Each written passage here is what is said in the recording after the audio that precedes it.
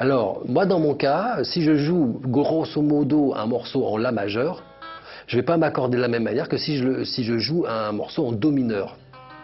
Et que surtout, si en Do mineur, je n'ai pas du tout de corde à vide.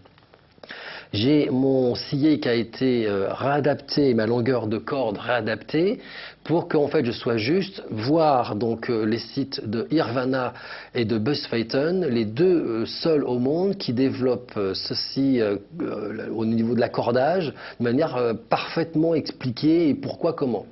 Parce que tout simplement, toutes les guitares sont fausses. Et ça, il faut bien comprendre.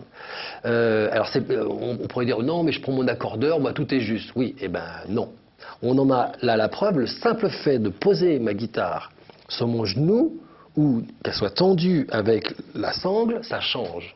Alors avec 10 000 watts de lumière, une guitare qu'on va mettre comme ci ou comme ça va changer beaucoup plus. Ouais, d'autant plus qu'en studio, on a tendance à empiler les pistes. Donc une guitare sur une piste, à la rigueur, peut-être on s'en aperçoit pas, mais donc dès qu'on empile 2, 3, 4 pistes, 6 pistes, 8 pistes, ah ouais, ça là, chorus.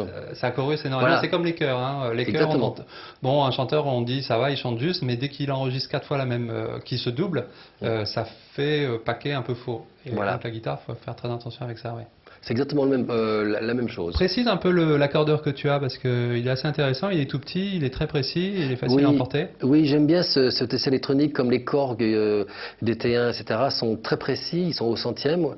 Et l'accordeur qui est dans Amplitube 3 en informatique, donc dans un Cubase, dans un Nuendo ou autre chose, est aussi précis, c'est-à-dire au centième. Et on voit clairement. Donc, alors, je refais une petite démonstration. Là, on voit mon La qui est juste. Si je mets ma guitare ainsi, hein, sans rien bouger, bon là, il est un tout petit peu haut, mais à peine. Si je fais le contraire, on voit vraiment que là, le La est vraiment faux. Hein, on voit vraiment que la barre, elle est vraiment en dessous. Donc on voit vraiment que la position que l'on a influence relativement l'accordage, déjà. Alors en fait, de se positionner et de s'accorder au moment de l'enregistrement dans la même position, et ben en fait c'est très important. C'est ce qui va nous permettre d'être déjà un peu plus juste que si je m'accorde debout et qu'après je mets ma guitare sur mon genou, je commence à jouer. En général, je vais être plus haut d'ailleurs. Et ben en fait, voilà, je vais jouer faux. Mais je m'en aperçois pas forcément au premier coup d'œil, quoi. Après, quand tu réécoutes la piste, tu te dis, ouais, c'est vrai que c'est un peu bizarre. Alors, surtout s'il y a des claviers, tout de suite, on l'entend, pardon. Mais s'il n'y a que basse batterie, par exemple, c'est pas forcément aussi limpide que ça d'être juste.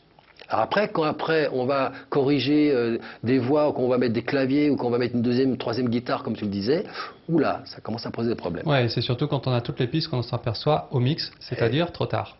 Exactement. Qu'est-ce qu'on fait? On refait. Ah, merde, j'avais bien joué. Ah, bah dommage. Juste à cause de l'accordage.